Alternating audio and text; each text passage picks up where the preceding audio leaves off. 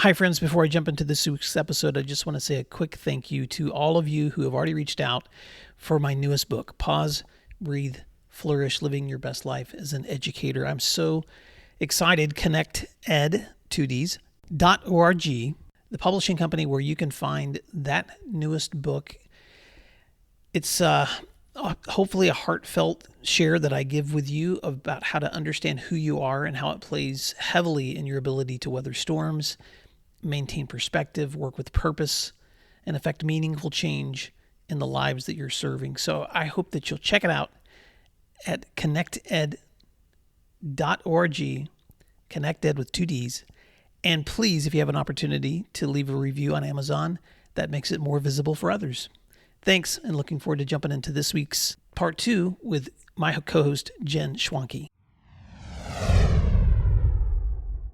Principal Matters Podcast, episode 211.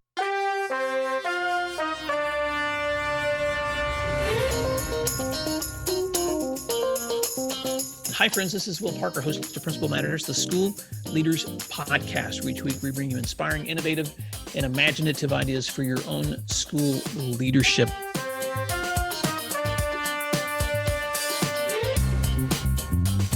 This week, I'm back with Jen Schwanke, principal of Indian Run Elementary in Dublin, Ohio, and the author of 2 books, You're the Principal, Now What, and The Principal Reboot, 8 Ways to Revitalize Your School Leadership. Jen, it's so great to see you again. Thanks for connecting as we talk this week again about reopening and lessons that school leaders can learn through reopening. I'm just curious why you're wearing a hat, because people that can't see us, they may want to know that actually both of us are wearing hats this morning. Well, we should tell them the whole story, that when we decided to do this at this time of day, we're recording quite early on a holiday. I said, I'm so sorry, it's early and I'm going to be in a hat. I'll just keep coming back from a run. And you said, don't worry, I'll be in a hat too. I'm just coming back from lifting. And I believe your gym is now in your garage, you were telling me, right? Yeah. So over the COVID days, I don't even know what to call this anymore. Over the last several months, we've been, enjoying walking and jogging and all the things that we normally do. But my wife has been wanting to have some weights here. And so she purchased a bench and some weights, and my son and daughter actually got out there and put it all together. And so now that we are back in, well, quote unquote, back in school, because they've started off in a distance remote setting, they've been getting up in the mornings and opening up the garage door. So it's become a family thing now for us to go out and do some lifting. And this morning they didn't because it was a holiday, but yeah. So I was happy to put my hat on and jump on here too. So we're podcasting this, but there's a video that we can see. Who knows, Jen? Maybe someday we'll upload this as a YouTube if anybody wants to see us at in the most authentic way possible. Well, yeah, they'll think it's a blooper reel, which will be fine with me. I don't care.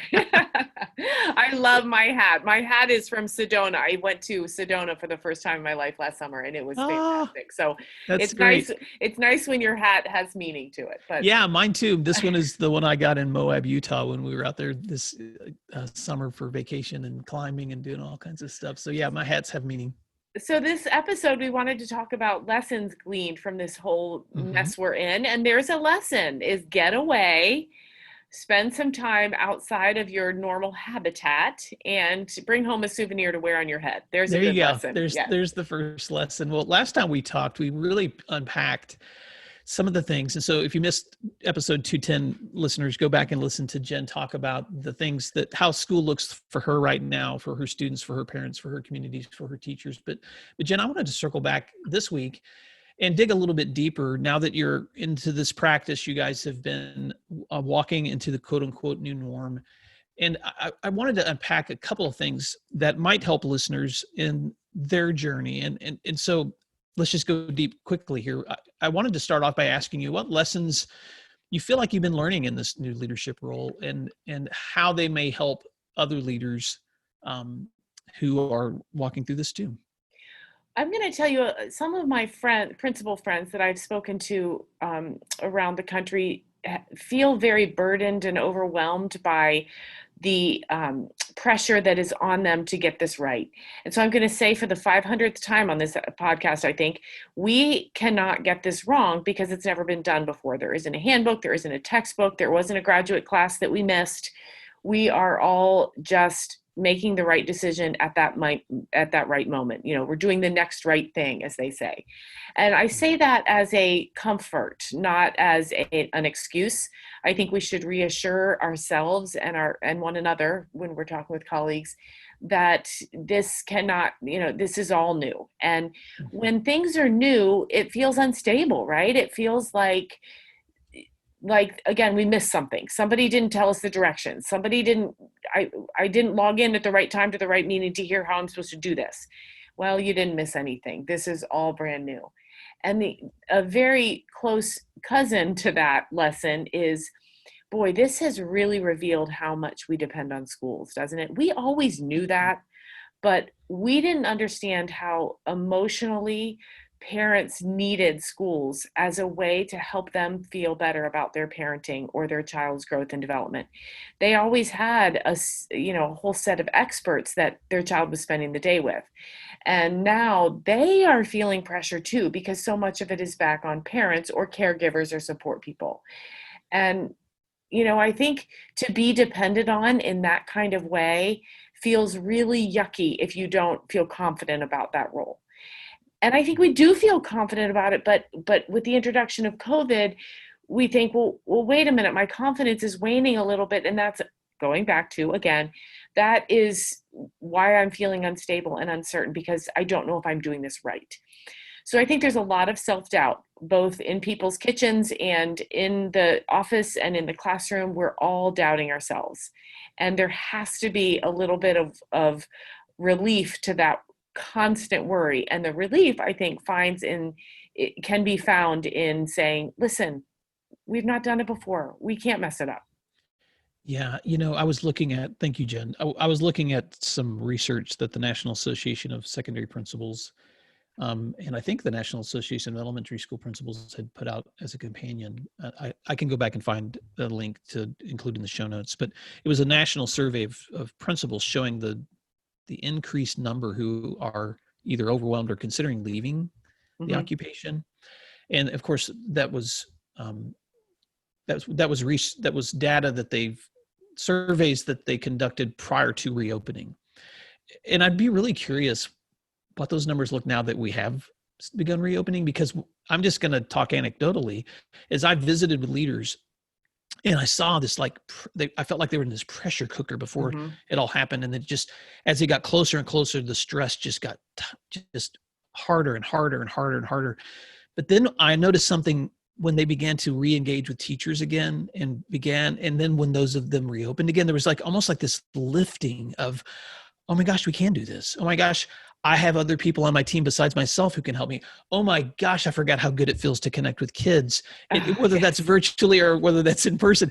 And I would really be curious what that survey looks like now, as people are re-engaging with the reasons that school is a place that we love anyway, which are relationships. And so I just think that's such an important part, Jen, and I'm curious if that's been your experience. If I had a dime for everyone who said, oh, it was so good to see kids. We were doing small group assessments, just bringing in 1 or 2 students at a time at our school these past few weeks. And that's what I heard. Oh, it's so good to see kids. And even parents, oh, it was so good to meet in person, or it was so good to talk to them. I think for a while there, we lost our purpose. And, not one of us said, I'm going to be an educator because I want to be on Zooms all day. Nobody ever said that, right? So we lost our purpose, and there was no other choice. That wasn't a decision anybody made. It just happened to us. But now I think what this is doing is it's forcing us to grapple with our purpose. I have a principal friend who had 2 teachers resign the first week back because they were still in remote. And the teacher said, I'm not doing this. Now, to me, that's, again, a reckoning with purpose. Those 2 teachers said, this is not my purpose and I'm not doing it. Now, it left the principal in quite a lurch, but she recovered. And if anything, it solidified the purpose of the other colleagues in the building who said, well, I'm sticking this out because my purpose is to see this through for the students. So you're right. Yeah. Getting back to it really does recalibrate the whole reason we're here. Yeah, and it's so peculiar because you have some educators resigning because they're being asked to come back with mask and mandates, and then you've got some who are resigning because they're being asked to stay remote. And I'm not going to try to level any judgment, because I'm not that person, and every person's situation is so unique to them. But I do want to repeat what you just said, Jen, which is, at the end of the day, the question isn't necessarily what do I prefer. The question is, how can I reconnect with why I got into this in the first place? How can I make sure that I'm still providing the service and the care and the education that kids need? And you said this in the last episode, that that at the end of the day, the principal doesn't get to have an opinion.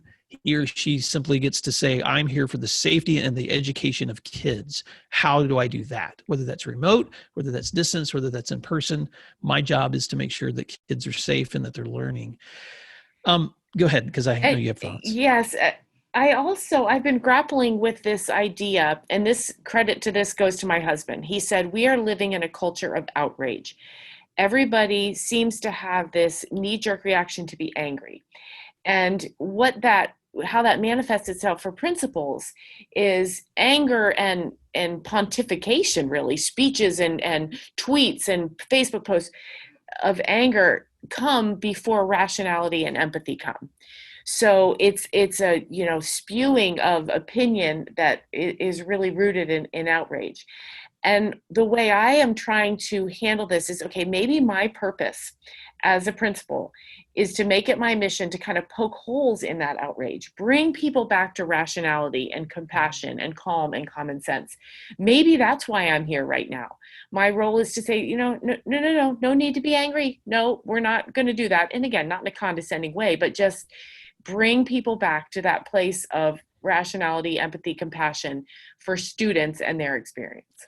And civility. Yes. And just learning how to still communicate with each other and with parents and with kids and just society in general in a way where we can treat each other with civility. And I know you and I both pay a lot of attention to what's going on in politics and nationally, and what's going on with the issue surrounding race and how that's affected our school communities. And so all of those are such important dynamics to keep in mind as we're stepping in as leaders. And you and I've talked about this before, to make sure that we show value to we value the people that we're talking to, and we try to find some way to connect with them and point them back towards solutions and not just the problem or the outrage. I love that quote that your husband said, because you're right. We do live in an age of outrage, but at the end of the day, it's not productive. It's not. And I love, one of my favorite phrases is, just because I disagree with you doesn't make me wrong.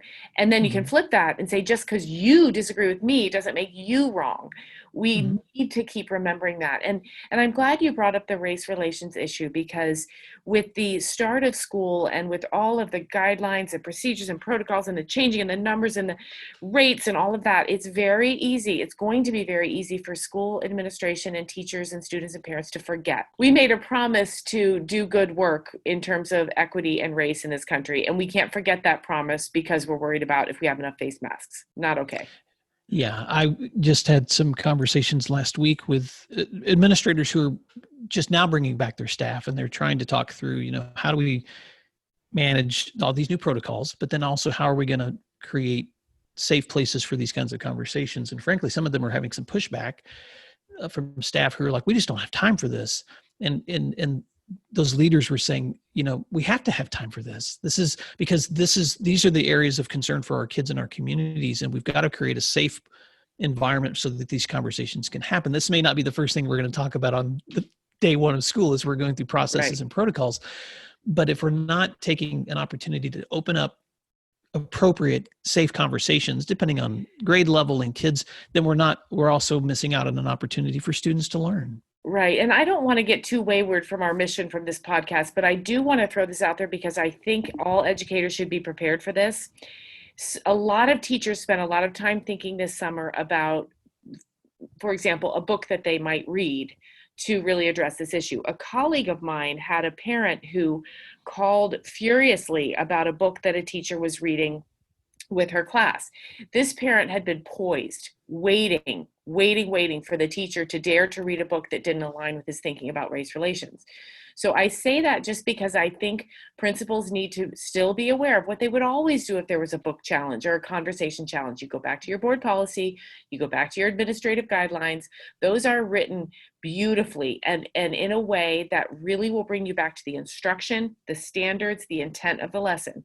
So I say that as a PSA to all administrators. You know how to handle this. Don't let COVID get you in a place of panic if there is someone who's been poised and waiting to attack your school and how you approach race relation conversations. That's good, Jen. I know you have some other lessons that you've been Yes. thinking through. So let's go there too. But thank you we didn't plan to go there, but I'm so We glad didn't. you did. I know, and we because can go there again later. It's an important can. conversation. One of the lessons, I'm sure that you've heard this too in your work, is just communication has become more important than ever. And it's exhausting, but boy, it does solve a lot of problems on the back end. I feel like my job has shifted somewhat in these past few weeks, where I just need to make sure that all parties, parents, teachers, community, students, they all know kind of what's going on and what our thinking is. I've always had the goal where I didn't want teachers to know something before I tell them. But now that's really expanded. I feel like I need everyone to know all the things that I know as soon as I know them. And that, when I say all the things I know, I'm talking about processes and protocols. I'm not talking about little nuanced details. But a complication is people want information in a whole new, in an increased amount of ways. So before there was, the weekly email and maybe a few tweets here, and now you have the option of Zooms and Meets and in person and websites and videos and all of those things. So I'm still trying to find my groove for the best way to communicate with all the people who need to know all the things. Mm-hmm. The lesson in that is still remains to be determined, but I'm learning, and I'm going to try to really evolve my communication practices to fit the world that we're now living in. And let's circle back on that in a few months, because I think that's finding that groove in communication is such an essential role. I call that the hat of the cheerleader, and the chief communicator. I put those together whenever I'm talking to school leaders, because sometimes we forget that that's one of the most important roles that we play, is that person who's communicating effectively so that everyone knows as much information as you can. And I'm a huge proponent of duplicating information. So I might put something together for a newsletter that I also put in a tweet, that I also put on Facebook, that I also share out some other way. But in this new format, I know sometimes teachers feel overwhelmed because they're getting so much information, and sometimes kids feel overwhelmed because they're getting, now that they're connected digitally, they're getting so many different notices and emails. And so, yeah, Jen, as you're walking through that journey, I'm really curious what groove you find, because it's going to be a different groove for different principals depending on where they are. But the lesson is still there, which is that we need to keep putting ourselves back in the shoes of those we're serving, and ask ourselves, how would we want to be communicated with? I've told you this story before, but when I went from assistant principal to high school principal, my daughter started attending my school, and I'll never forget the first, week. It was probably the week before school started. My wife said to me, Will, now that I am a parent in your school, I do need to let you know that the website's not helpful. There's some things that I've been trying to find out about Emily's schedule, and that could be on the website, but they're just not there. And I'm seeing my school from the perspective of my spouse, who's the parent of my child who's in my school. And I'm realizing just because I know it doesn't mean she knows it. Just because I know it doesn't mean my parents know it. Just because I know it doesn't mean my teachers and my kids know it. And so it's humbling, but it's such a good lesson to kind of put yourself back in the shoes of the people that you're serving. It's so true. My husband and I have had that exact same conversation, because my children went through my school and now they're going through his school. And so I'm finally getting my chance to jump up and say, this doesn't make sense. See, this doesn't make sense either. But, it reminds me of a time I knelt down to my son, and he was in trouble for something, and I was explaining it. And I said, do you understand? And he said, just because you said it doesn't mean I understand it. I have never forgotten that. Never forgot. Just because I say it doesn't mean it's clear to others. And when I edit my newsletters or my Facebook posts or whatever, I try to remember that. And I also try to be very careful not to go off into opinions or explanations that aren't necessary.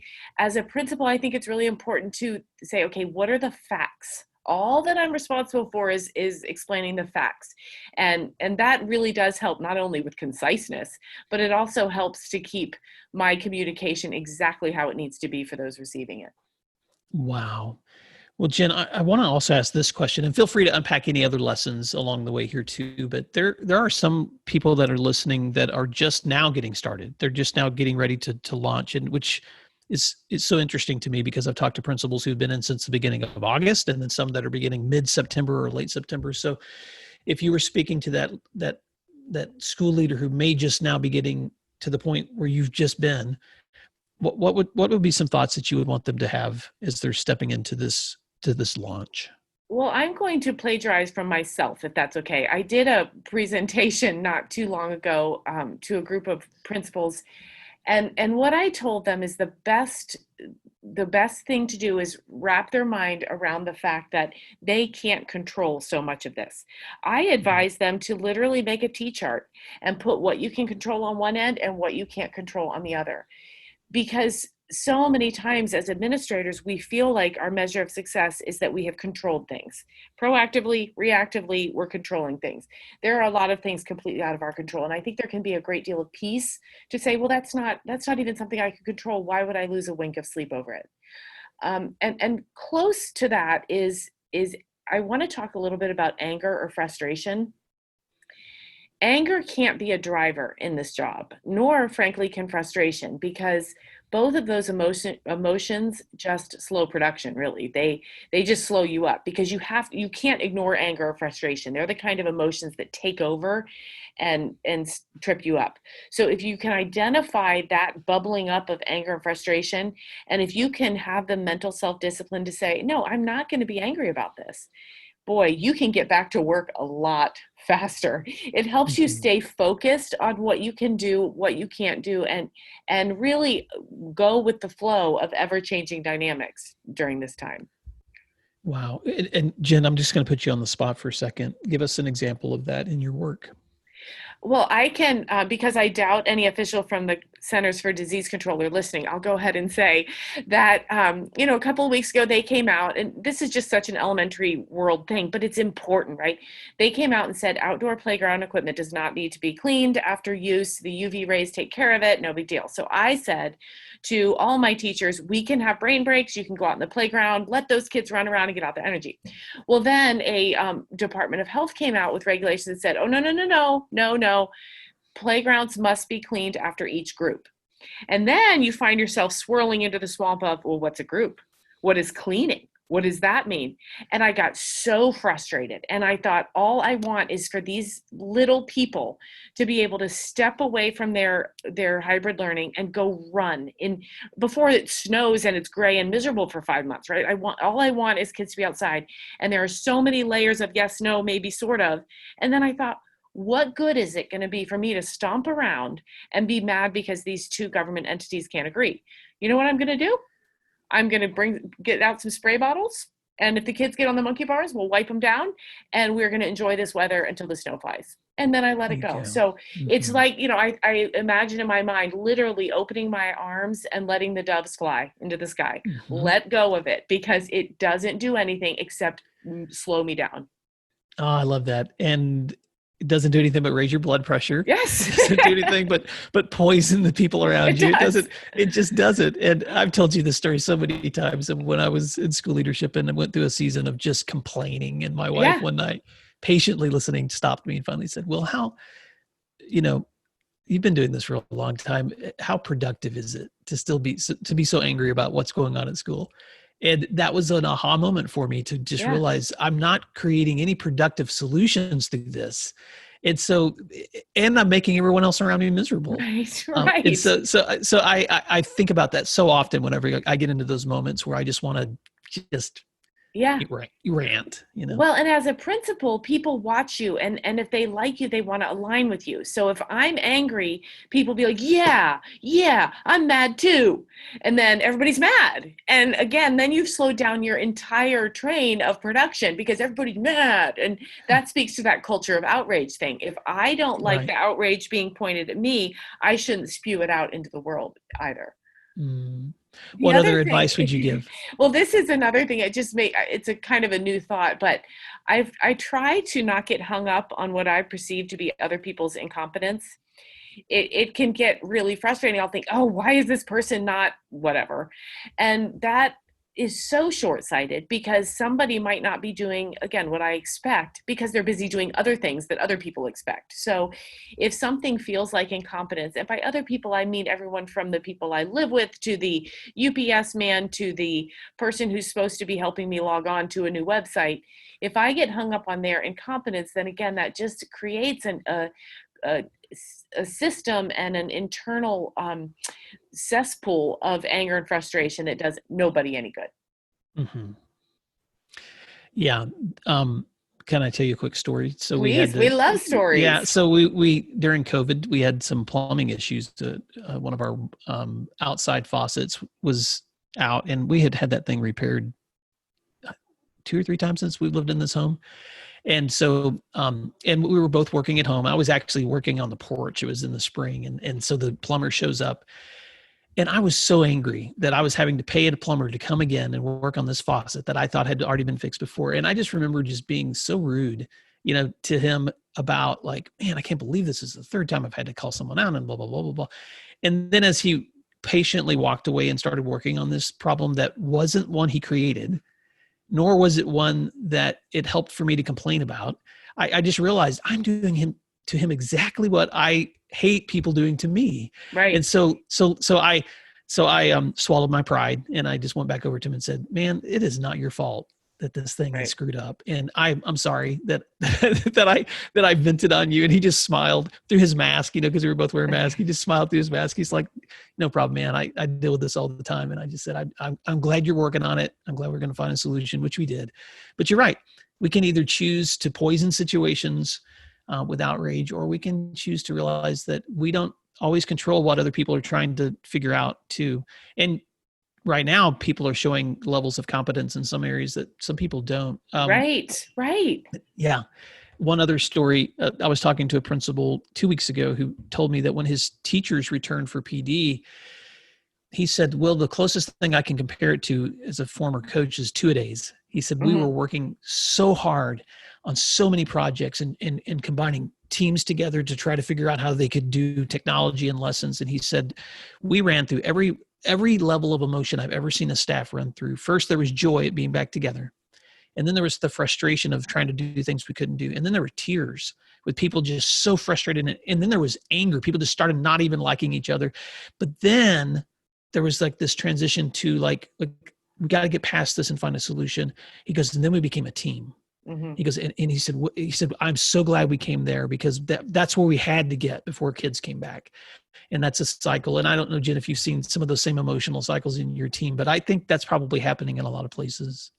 Well, and I think of the cycles of grief too. If you look at those, I've seen that happen with individual teachers and also collectively with my staff. There was a lot of, all the things: denial, grief, anger, and I don't have them in order. And right now, I think we are in a good place of acceptance, and that was always my goal. And I think that that's the healthiest place to be in a situation where it's really not ideal for anyone, but I think a lot of us are there.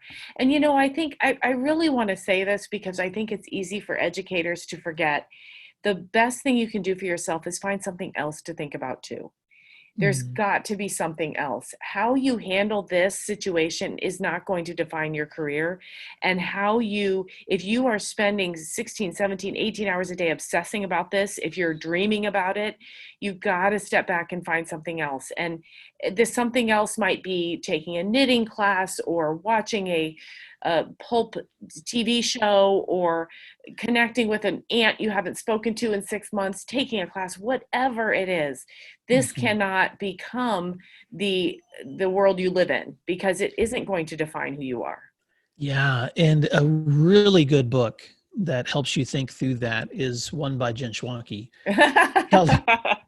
called Reboot for Principals: 8 Ways to Revitalize Your School Leadership. So if you're looking for literally lists ideas of ways that you can be reconnecting emotionally so that you can still be serving professionally, then check that out. Well, Jen, this book came out March 16th, which is the worst day a book could ever come out. And I told my editor at one point, I said, I almost feel like it was a little bit too early, which is shocking because the publishing world never does anything early. But if I could have just put some COVID lessons in there, it would have been quite a bit more marketable. But you're right. The intent was still to give principals other things to think about. Well, by the time this podcast episode is released, Jen, it's very possible that my next book will be out too. It's scheduled for mid-September, and it's called